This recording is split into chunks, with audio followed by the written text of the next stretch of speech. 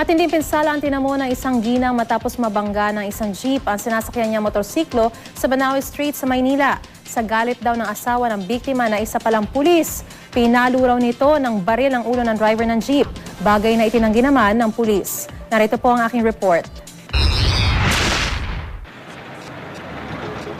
Nangihina, sugat sa binti, lagas na mga ngipin, posibleng nabali ang buto sa ilong at base sa x-ray may namuupang dugo sa kanyang mukha. Ito ang tinamo ng 34 na taong gulang na si Emeline Mallorca matapos mabangga raw ng jeep ang sinasakyan nilang mag-asawa na motor. Mag-aalas 11 ng umaga sa kahabaan ng Banaue Street. Dahil sa kanyang sitwasyon, hindi nagpaunlak ng panayam si Emeline, pero sa investigasyon ng pulisya, nabangga raw ng jeep ang motorsiklo ni na Emeline na minamaneho ng asawa nitong si Chief Inspector Marlon Mallorca.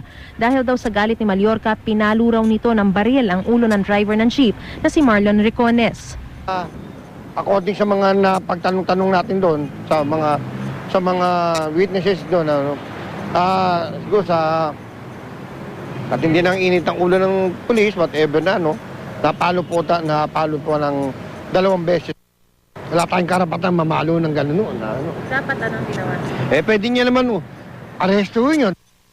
Pero itinanggi ni Emeline ang akusasyon ni Ricones sa pamamagitan ng sulat sa papel. Sinabi sa GMA News ni Emeline, minura raw sila ni Ricones. Mga tambay raw sa kalsada ang tumulong sa kanila.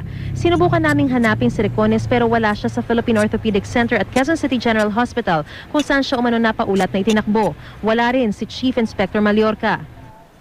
Ayon na rin sa kamag-anak ni Emeline, dumalaw ang operator ng jeep na minamaneho ni Ricones para malaman ang kanyang kondisyon. Pag-uusapan pa raw kung sasagutin ang mga bayarin sa ospital. Isa sa ilalim sa CT scan si Emeline. Ayon naman sa pulisya, kapwa pwedeng maharap sa kaso sina Ricones at Mallorca. Si Ricones maaaring maharap sa kasong reckless imprudence resulting in serious physical injuries. Kasong kriminal at administratibo, serious physical injuries at gun poking naman ang pwedeng kaharapin ni Mallorca. Depende sa dalawang kampo kung magsasampa sila ng kaso sa isa't isa.